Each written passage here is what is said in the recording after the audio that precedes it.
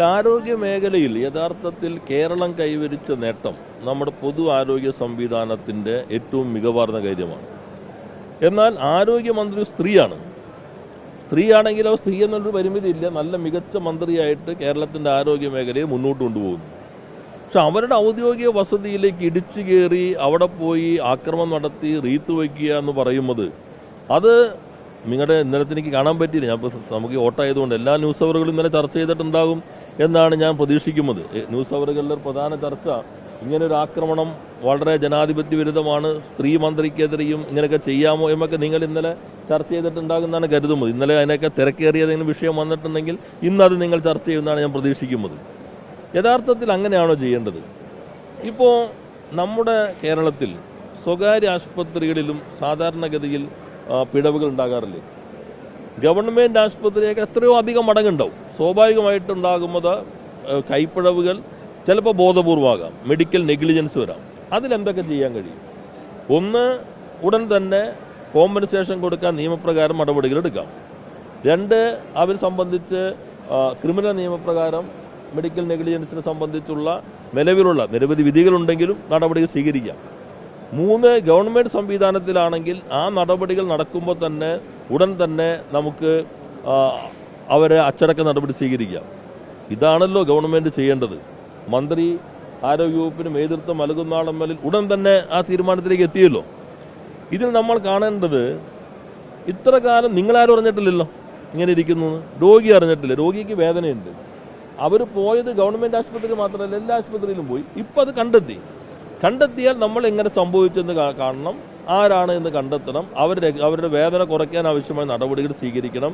ഇത്തരം കാര്യങ്ങൾ ആവർത്തിക്കാതിരിക്കാൻ എന്തെങ്കിലും പൊതുവായ പ്രോട്ടോക്കോളുകളോ സംവിധാനങ്ങളോ നിലവിലുള്ളതിനേക്കാൾ മെച്ചപ്പെടുത്തേണ്ടതുണ്ടോ എന്ന് ചർച്ച ചെയ്ത് ഞാൻ പറഞ്ഞ എല്ലാം ആയിരിക്കാം. ഞാൻ പറഞ്ഞത് അതിലേക്ക് നമുക്ക് പരിശോധിക്കാമല്ലോ. ഇത് നമ്മുടെ രീതി മാറുമ്പോൾ പൊതു ആരോഗ്യ സംവിധാനം, കേരളം ആരോഗ്യ മേഖല വെന്റിലേറ്ററിൽ, യഥാർത്ഥത്തിൽ ഇന്ത്യയിൽ ഏറ്റവും അധികം വെന്റിലേറ്ററുകൾ പൊതു ആരോഗ്യ സംവിധാനത്തിലുള്ള സംസ്ഥാനം കേരളമല്ലേ? അതായാണ് ഉദ്ദേശിക്കുന്നത്.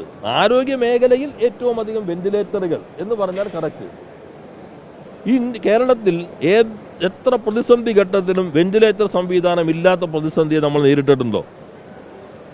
നേരത്തെ ആരെങ്കിലും ഒരു ആൻജിയോഗ്രാം, ഞാൻ ഈ എറണാകുളം ജനറൽ ഹോസ്പിറ്റലിൻ്റെ എത്രയോ കാലം ഒപ്പം നിൽക്കുന്ന ആളാണ്. തുടക്കം മുതൽ ഗവൺമെൻറ്റിൻ്റെ ഒരു ഫണ്ടും ഇല്ലാതെയല്ലേ MP ഫണ്ടും എല്ലാം കേന്ദ്രീകരിച്ചിട്ട് ഞങ്ങൾ ആദ്യം ചെയ്തത്. ഇപ്പോൾ നോക്കൂ, കിഫ്ബി ഫണ്ടാണ് എല്ലാ രീതിയിലും മുന്നേറി. ക്യാൻസർ സെൻറ്റർ നിങ്ങൾ കണ്ടില്ലേ? മെഡിക്കൽ കോളേജ് വരുന്നു, കൂടുതൽ സ്റ്റാഫുകൾ വേണ്ടി വരും. ഏറ്റവും കേരളത്തിൻ്റെ ചരിത്രത്തിൽ ഏറ്റവും അധികം കണക്കുകൾ ഇപ്പോൾ ആരോഗ്യവകുപ്പ് മന്ത്രിയുടെ അവരുടെ പത്രസമ്മേളനത്തിലൊക്കെ പറഞ്ഞിട്ടുള്ളതാണ്. ഇത്രയും അധികം പോസ്റ്റുകൾ ക്രിയേറ്റ് ചെയ്തൊരു കാലം ഉണ്ടായിട്ടുണ്ടോ? ഒരു കാര്യം ചോദിച്ചത് ശരിയാണ്, പണ്ട് UDFൻ്റെ ഭരണകാലത്ത് ആരും ഈ ഇത്തരം കാര്യങ്ങൾക്കൊന്നും അങ്ങോട്ട് പോകേണ്ട ആവശ്യമില്ലായിരുന്നു. ഈ സൗകര്യങ്ങളൊന്നുമില്ല. ആ കാലഘട്ടത്തിൽ ആരെങ്കിലും ഡയാലിസിസ് ചെയ്യാനായിട്ട് ആശുപത്രി, ഞാൻ MP ആയിരിക്കുമ്പോൾ ആലുവയിൽ ഡയാലിസിസിൻ്റെ സെൻറ്റർ എൻ്റെ MP ഫണ്ടും പലരുടെയും സഹായത്തോടു കൂടി തുടങ്ങുമ്പോൾ അന്ന് കേരളത്തിൽ മെഡിക്കൽ കോളേജിലല്ലാത്ത ആദ്യത്തെ ഡയാലിസിസ് ആണ്.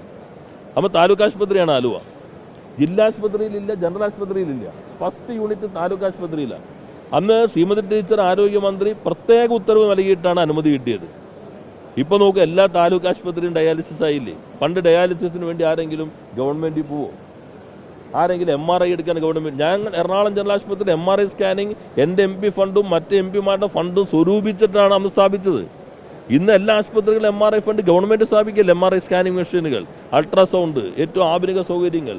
ഇപ്പോൾ നിങ്ങൾ ക്യാൻസർ സെൻറ്ററിൽ നോക്കൂ, AI അടിസ്ഥാനപ്പെടുത്തിയിട്ടുള്ള സ്കാനിങ് സംവിധാനങ്ങളല്ലേ വന്നിട്ടുള്ളത്. പോസ്റ്റുകൾ ക്രിയേറ്റ് ചെയ്തു. ഇനിയും വേണോ? അത് സർക്കാർ പരിശോധിച്ചുകൊണ്ട് വർദ്ധിപ്പിക്കും. എന്നാൽ കേരളത്തിൽ ഇപ്പോൾ വന്നൊരു പ്രവണത, അപ്പം ഞങ്ങളിത് കാണുമ്പോഴുണ്ടല്ലോ, വെർച്വൽ ഫണ്ടിൽ ഏറ്റവും കൂടുതൽ വരുന്നത് ആശുപത്രികളിലേക്കാണ്. അതിൻ്റെ ഭാഗമായിട്ട് ഈ പൊതുമേഖല ദുർബലപ്പെട്ടാലേ അത്തരം സ്ഥാപനങ്ങൾക്ക് മുടക്കിയ പണം കിട്ടുള്ളൂ. അപ്പം അതിനൊരു ആസൂത്രിതമായ പദ്ധതി നിങ്ങൾ ആരും അതിൻ്റെ ഭാഗമാകണമെന്നില്ല, ബോധപൂർവമുണ്ടോ? രാഷ്ട്രീയ മാനം കൂടി നോക്കുകയും ഈ സാമ്പത്തിക താല്പര്യം കൂടി ഇഴചേരുന്നുണ്ടോ എന്ന് ഗൗരവമായി തന്നെ